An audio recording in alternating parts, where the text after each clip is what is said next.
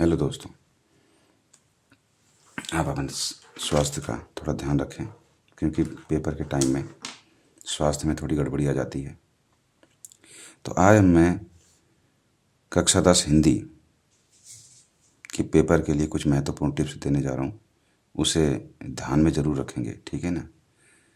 तो सबसे पहले मैं बता रहा हूँ कि जैसे हिंदी के पेपर जो होता है काफ़ी बड़ा होता है। जैसे उसमें निबंध है और व्याख्याएं हैं, ठीक है ना। कविता की संदर्भ सहित व्याख्या आती है, और जो गद्यांश आते हैं तो उसकी संदर्भ सहित व्याख्या करनी होती है। तो और जो कर्मवीर भरत है उसके चरित्र चित्रण वगैरह, इसमें सब में टाइम लग जाता है। तो ये कुछ बात बता रहा हूँ कि इसे कैसे करेंगे।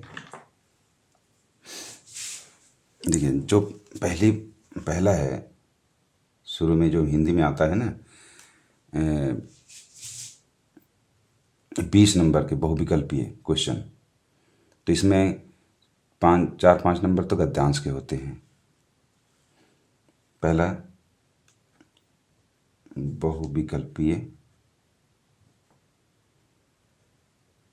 बहुविकल्पीय प्रश्न आते हैं। ये कितने नंबर का आता है? 20 नंबर का, ठीक है ना। तो इसमें से जो 5 नंबर का होता है, 5 नंबर के आसपास तो इसके गद्य में से आते हैं, ठीक है ना। और लगभग 5 नंबर के आसपास जो आते हैं ये पद्य में से आते हैं।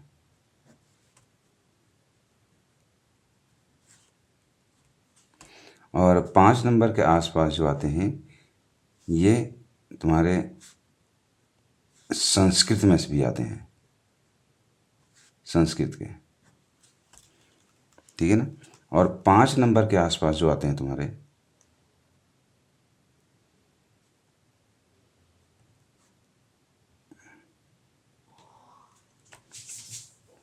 इसके व्याकरण में से,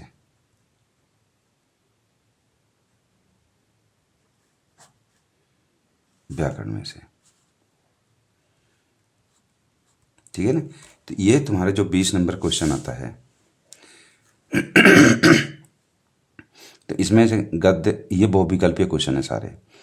तो इसे जो मतलब इसकी सही से तैयारी कर लें, 20 नंबर ही जरूर सही से करेंगे, क्योंकि जो डिवीजन बनाने में ये 20 नंबर का बहुत बड़ा योगदान होता है।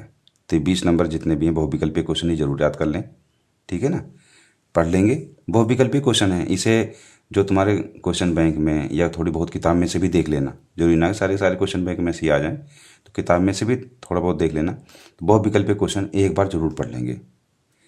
तो जो दूसरा जो पॉइंट है मैं जो बताने जा रहा हूँ उसे ध्यान समझेंगे कि इसमें क्या होता है कि टाइम थोड़ा सा कम रह जाता है हिंदी के पेपर में। तो बाद में बालक से पूछा जाता है, भाई निबंध कर लिए? सर जी टाइम नहीं बचा था और पेपर में टाइम लग गया, 1 पेज का निबंध करके आया हूँ, 1.5 पेज का निबंध करके आया हूँ, निबंध पूरा नहीं कर पाया, निबंध रह गया। भाई ये 8-9 नंबर का निबंध आता है तुम्हारा, ठीक है ना। तो निबंध भी ज़्यादा ध्यान रखें। ये जो बड़े बड़े क्वेश्चन हैं, लंबे लंबे क्वेश्चन है, जैसे ये गद्यांश,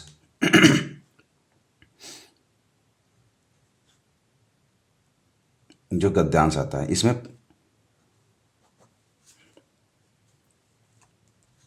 गद्यांश, ये संदर्भ सहित व्याख्या आती है। इसमें संदर्भ सहित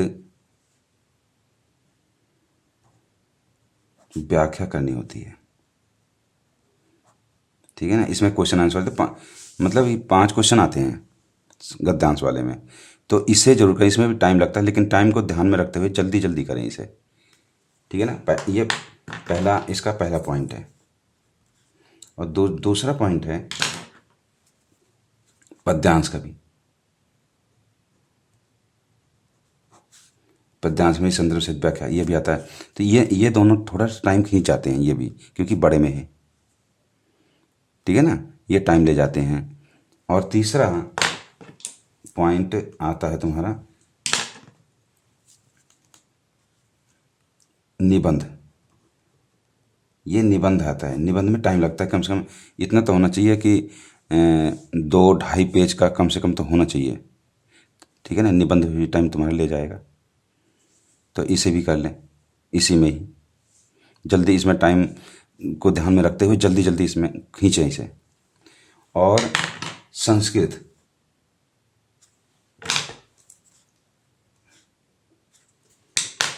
है ना, संस्कृत आता है।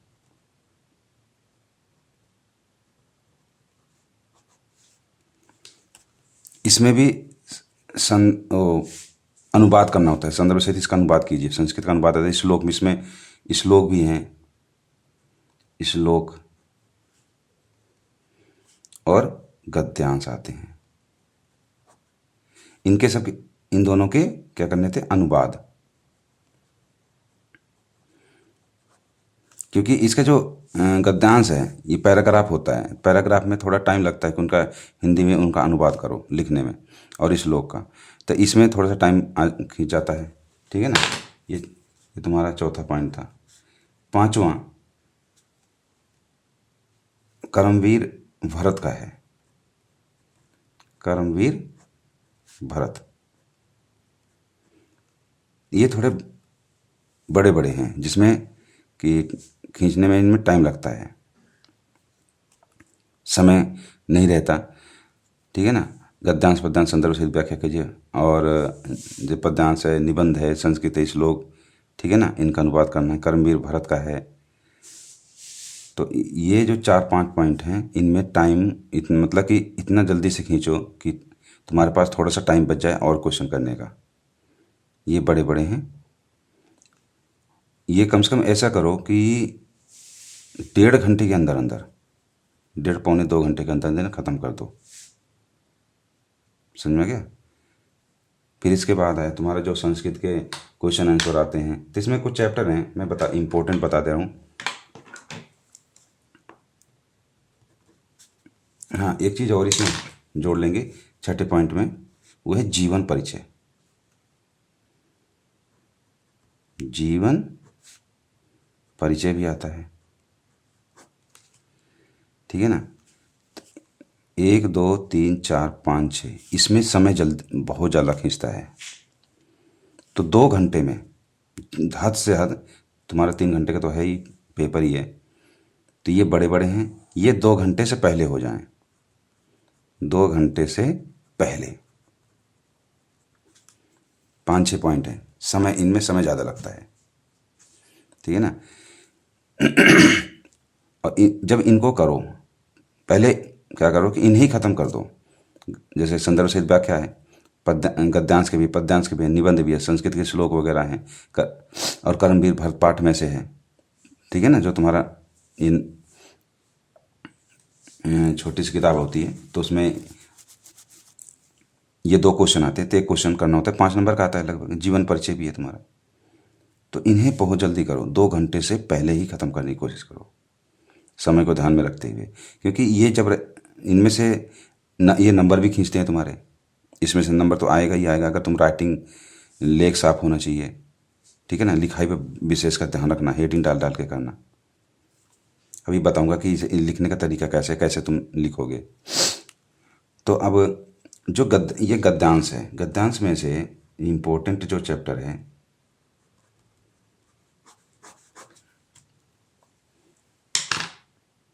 ठीक है ना। तो गद्यांश में क्या करना है तुम्हें, एक तो जो इसमें पहला चैप्टर है गद्यांश में, ठीक है ना। कुछ चैप्टर जैसे राष्ट्र के स्वरूप है, शायद तुम्हारे में है। और ये जो इम्पोर्टेंट चैप्टर है गद्यांश का, तो उसमें एक कुछ ऐसा, मतलब पैराग्राफ में कुछ ऐसे शब्द ढूंढ लो, ताकि तुम्हें पता लग जाए कि हाँ, ये इस चैप्टर का इसका राइटर ये है, ठीक है ना। रामचंद्र शुक्ल हैं या इसका राइटर कौन है, राइटर का पता होना चाहिए और पाठ का नाम पता जरूर होना चाहिए। तो इसका जो लिखने का तरीका गद्यांश का तो लिखना है प्रस्तुत, ये संदर्भ सहित व्याख्या, पहले हेडिंग डालेंगे इसमें, जैसे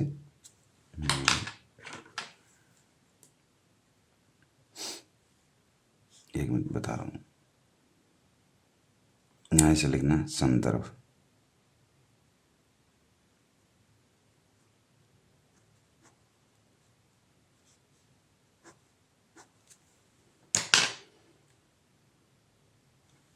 तो ऐसे लिखना प्रस्तुत, ठीक है ना, ऐसे हेडिंग डाल के प्रस्तुत गद्यांश हमारी पाठ्य पुस्तक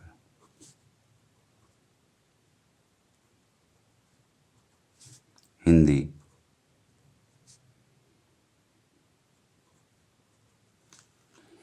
प्रस्तुत गद्यांश हमारी पाठ्य पुस्तक हिंदी के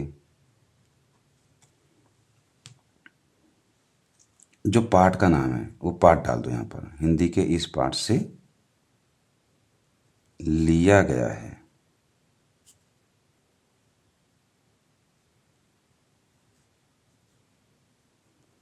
यहाँ पाठ डाल देना, हिंदी के इस पाठ से, जो पाठ का नाम डालना, से लिया गया है, लिया गया है, जिसके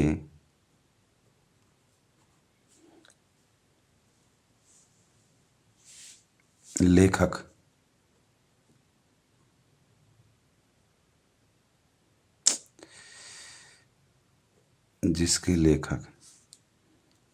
नाम डाल देना है, ठीक है ना। एक तो पाठ का नाम पता होना चाहिए और उस पाठ के लेखक का नाम पता होना चाहिए। अब आते हैं संदर्भ के बाद, फिर मान लो कि इसके अगला जो क्वेश्चन होगा, जो दूसरा क्वेश्चन होता है, इसकी व्याख्या कीजिए। जो अंडरलाइन होती है, जिस पर मतलब ऐसे लाइन से खींची होगी, उसी लाइन का ही लिखना है, ठीक है ना। तो यहाँ लिखना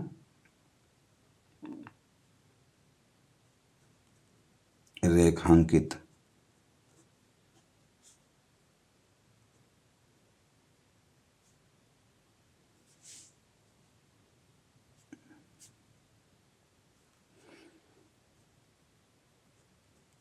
रेखांकित भाग की व्याख्या, ऐसे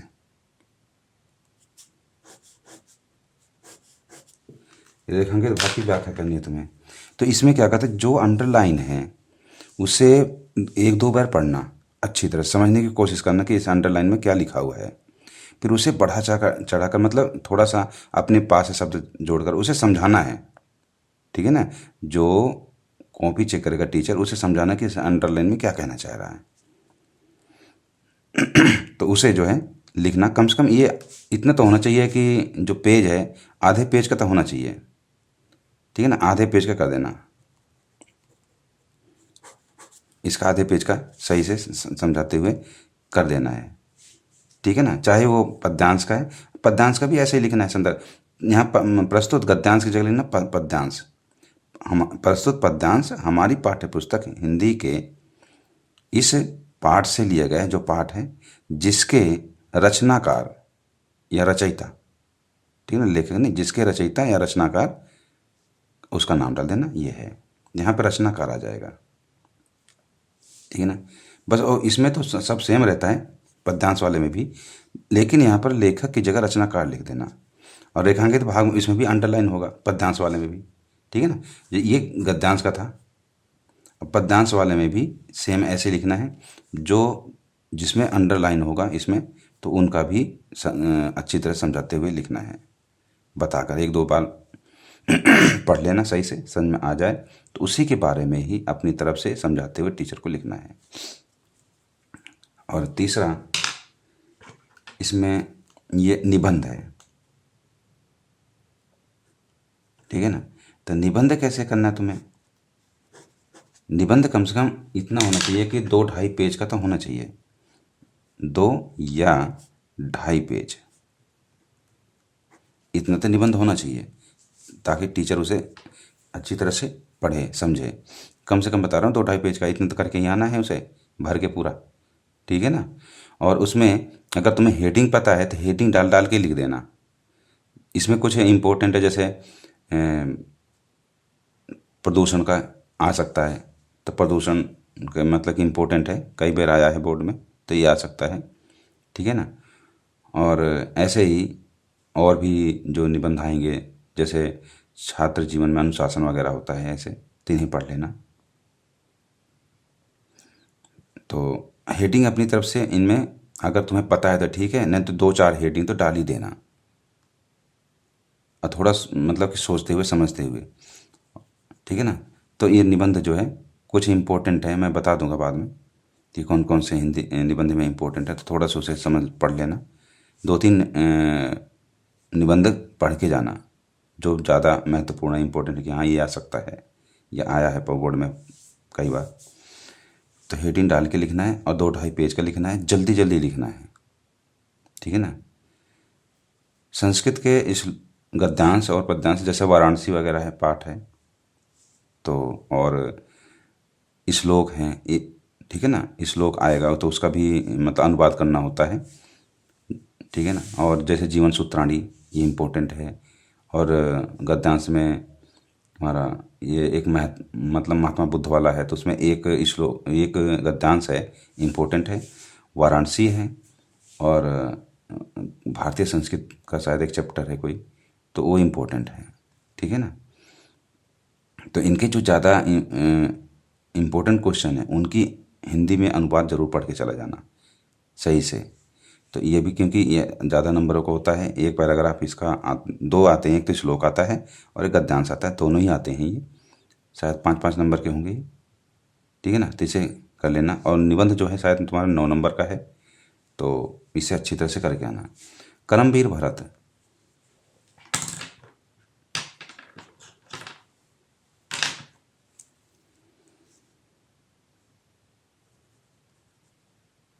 करमवीर भरत, ये बहुत ही मतलब कि 5 नंबर का है, तो ये उसमें तो बहुत सारे दिए रखेंगे। ठीक है ना। तो मतलब कि 8-9 हैं वो दिए रखते हैं, लेकिन हर अलग अलग मंडल का होता है वो, किसी मंडल में कौन सा चल रहा है, किसी मंडल में कौन सा चल रहा है, कौन से जिले में क्या चल रहा है, तो अलग अलग है। लेकिन हमारे यहाँ के जो गाजियाबाद का है वो करमवीर भरत है। करमवीर भरत के अलावा कोई भी जो नाटक जो भी है वो, तो उसे नहीं करना तुम्हें करमवीर भरत के अलावा। तो करमवीर भरत में तो इसमें क्या आता है, एक तो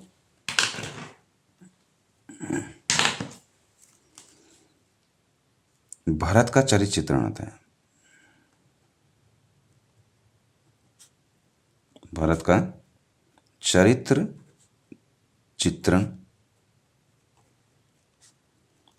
इसे कर लेना याद, इस हेडिंग बाई। ठीक है ना। और एक आता है उसका कैकेयी का,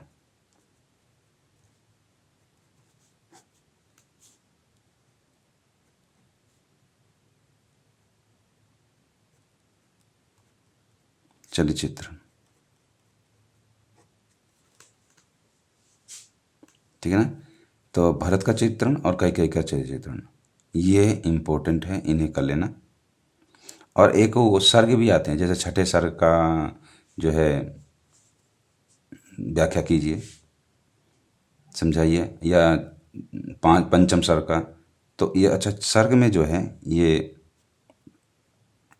और इसका कहानी का भी पूरी कहानी का सारांश भी आता है, कहानी का संक्षिप्त व्याख्या, संक्षिप्त व्याख्या कीजिए। तो पूरी कहानी एक बार पढ़ लेना, भरत की कहाँ से कहानी शुरू है, कहाँ से खत्म है, शुरू का लास्ट का पता होना चाहिए जरूर, कि कहानी जो है ये करमवीर भरत की कहानी कहाँ से, जो पहले प्रथम सर्ग है वहाँ कहाँ से स्टार्ट है, और लास्ट का जो शायद 8वां या 9वां सर्ग होगा, जो भी होगा, तो वहाँ उसमें कहाँ पे ख़त्म है। तो उसके बीच की सारी कहानी अपने 1.5 पन्ने में या 2 पन्ने में लगभग भरनी है उसे। 5 नंबर का आता है, तो 2 क्वेश्चन आएंगे। ठीक है ना। एक तो या तो पहला कर लो या दूसरा कर लो, तो ये दोनों में से एक करना है। तो अच्छी तरह से इसे समझ लेना। और ये जो पंचम सर्ग, तृतीय सर्ग, ठीक है ना, द्वितीय सर्ग है, तो इसमें भी ध्यान रखना कि वो सर्ग जो है कहाँ से शुरू है, कहाँ, एक पेज पे लिख लेना अपना कि जैसे पहले प्रथम सर्ग है, ऐसे डालना प्रथम सर्ग, ठीक है ना, कहाँ से शुरू है और कहाँ पे ख़त्म है। फिर बस शुरू का और लास्ट का ये लिख देना, यहाँ से शुरू है और यहाँ पे ख़त्म है, बस इतना ही प्रथम सर्ग में। फिर ऐसे लिखना द्वितीय सर्ग, द्वितीय सर्ग में कहाँ से शुरू है कहाँ पे ख़त्म है, ये बीच का डालना है, यहाँ पे इसमें लिख लेना। बाकी तो इस तरह से तुम्हें ध्यान रखा, 2-3 सर्ग जो तुम्हारे मतलब कि उसमें इम्पोर्टेंट हैं, बस उन्हीं का करना है, सबका नहीं, जो ज़्यादा जो इम्पोर्टेंट है सर्ग में, तो उन्हीं के कहाँ से शुरू है कहाँ पे ख़त्म है, कहाँ शुरू है कहाँ पे ख़त्म है। मतलब कि जैसे तृतीय सर्ग है, बस मतलब कि ये 5-6 सर्ग तक के ज़्यादा इंपॉर्टेंट होते हैं, जैसे पंचम सर्ग है, छठा सर्ग है, ठीक है ना, तृतीय सर्ग है, तो कहाँ शुरू है कहाँ पे ख़त्म है, बस इतना याद रखना। और इस तरह से तो एक सर्ग आता है, कहानी का संक्षिप्त व्याख्या आती है, लेकिन ये दोनों तो इम्पोर्टेंट हैं, इनकी हेडिंग सहित याद कर लेना, भरत का चरित्रण, कैकेयी का चरित्रण, और एक कहानी की पूरी जो, ठीक है ना, व्याख्या करनी है संक्षिप्त शॉर्ट में, तो ये बस। तो इनमें से तुम्हारे एक क्वेश्चन आएगा, एक क्वेश्चन तुम्हें करना है। अब आता है तुम्हारा जीवन परिचय। तो जीवन परिचय 2 है, एक गद्य में से आता है, 3 आते हैं, गद्य में से 3 और पद उसमें से पद्य में से 3, ठीक है ना।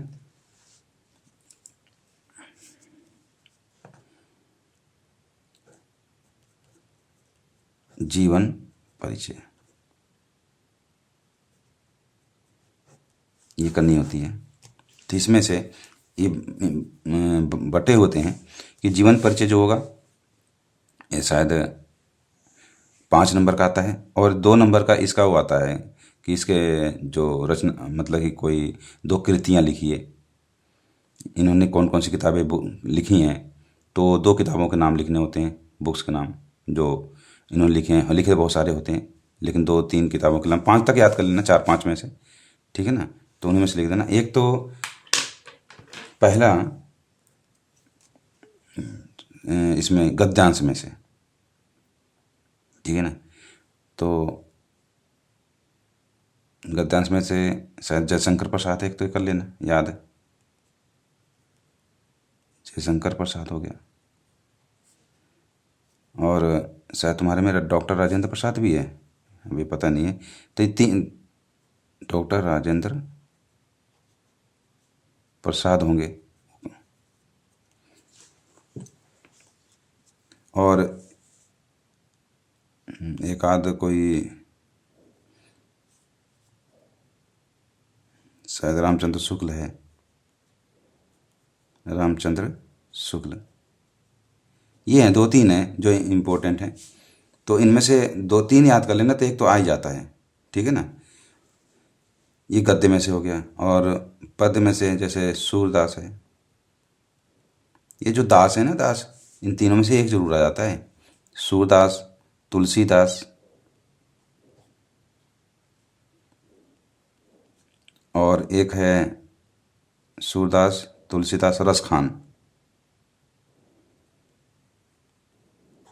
ठीक है ना, इन तीनों में से कोई ना कोई एक आता है, तो इनकी अच्छी तरह से तैयारी कर लेना। महादेवी वर्मा भी होगी इसमें, अगर हो जाए, याद हो जाए तो महादेवी वर्मा।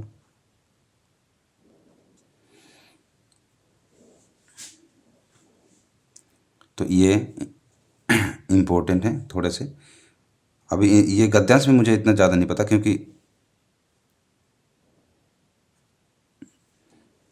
भाई इसमें साइंस और मैथ का टीचर हूँ, लेकिन मैंने एक तरीका बताया है कि ये जो इम्पोर्टेंट चीज़ें हैं इनको ध्यान में रखते हुए पेपर करना है।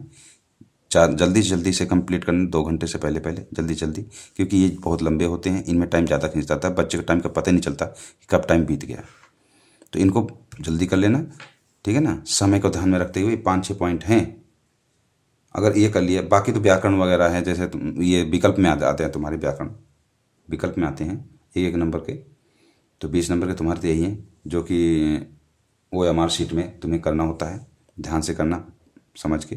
ये 20 नंबर बहुत ज़्यादा इंपॉर्टेंट हैं। इसके बाद तुम्हारे जो 5-5, 7-7 नंबर के, 9 नंबर के ये हैं, ठीक है ना, तो इसे बहुत जल्दी स्पीड में ख़त्म करना है तुम्हें। और बाकी एक ही श्लोक जरूर याद करके जाना संस्कृत में। और संस्कृत में जब श्लोक याद करोगे तो उसमें कहाँ कोमा लगा हुआ है, कहाँ बिंदी है, कहाँ, ये बहुत इंपॉर्टेंट है। जैसे कि एकदम फोटो कॉपी, ठीक है ना। जो श्लोक याद करोगे, 2 श्लोक याद करके जाना। अगर मान लो बाई चांस कोई ऐसा मतलब कि श्लोक वो लिखना जो पेपर में ना हो, ठीक है ना। कोमा वगैरह सब ध्यान में रखते करना, क्योंकि वो 2 नंबर का आता है, 2 नंबर उसी के मिलते हैं, तो याद करके जाना। और ये लिखने का मैं बता रहा हूँ कि पेपर में करेंगे कैसे।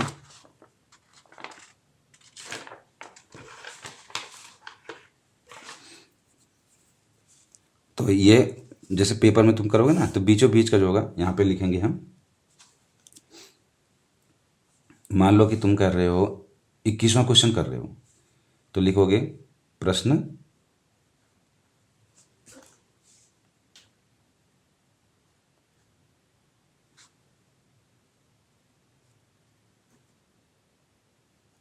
प्रश्नोत्तर संख्या, ऐसे लिखना, प्रश्नोत्तर संख्या 21, ऐसे, ठीक है ना। अच्छा, प्रश्नोत्तर संख्या में इसमें 2 मान लो कि 2 हैं, 2 में से कोई एक करना है, तो यहाँ पे फर्स्ट डाल के कर लेना, क्योंकि इसमें जो वो आते हैं ना गद्यांश, 2 आते हैं। अगर तुम्हें पहला पता है तो यहाँ पहले डालकर अपना करना शुरू कर दो। अगर तुम्हें दूसरा पता है तो दूसरा डालकर शुरू कर दो, ठीक है ना। तीसरा ये बीच में ही लिखना, प्रश्नोत्तर संख्या 21, जो नंबर है वो नंबर यहाँ पे लिखना, अपना शुरू कर देना। और जो फिटे से दोनों तरफ जो है ना लाइन, ऐसे और ऐसे ऐसे मत खींचना, एक ही तरफ खींचना है लाइन बस, इधर का नहीं, दूसरी तरफ नहीं करना खींचना, एक ही तरफ खींच लो बहुत है, क्योंकि टाइम नहीं रहता लिखने का। और अपना एक ही तरफ लाइन जो डबल लाइन खींचते हैं खींच कर और फटाफट करना शुरू कर दो, ठीक है ना। तो ये अगर भाई मैं अपनी तरफ से हिंदी में बताया है, जो मुझे अच्छा लगा कि बालक जो है कहाँ पे थोड़ी सी गलती करते हैं, उनका टाइम नहीं बच पाता, तो समझ में आ गया हो तो बहुत अच्छी बात, करना कोशिश और तुम्हारा पेपर अच्छी तरह से जाए। मैं ईश्वर से प्रार्थना करता हूँ कि पहला पेपर है हिंदी का, अगर पहले पेपर सही चला जाएगा तो बाकी पेपर भी धीरे धीरे सुधरते चले जाते हैं। अगर पहले में गलती हो जाएगी, स्टार्ट में ही गलती हो गई, तो फिर तो टेंशन सी हो जाती है बच्चों के मन में कि यार ये पेपर थोड़ा सा ठीक नहीं गया, सही नहीं गया। तो फुल तैयारी के साथ जाएंगे, ठीक है ना। और हमारी तरफ से आशीर्वाद। और अगर वीडियो अच्छी लग रही है तो भाई इसे आगे भी शेयर करो, कुछ और भी बच्चों को इस चैनल के साथ जोड़ो, और भी जुड़ें, लाइक करो, शेयर करो जितना हो सकता है, ठीक है ना। ओके, थैंक यू, धन्यवाद।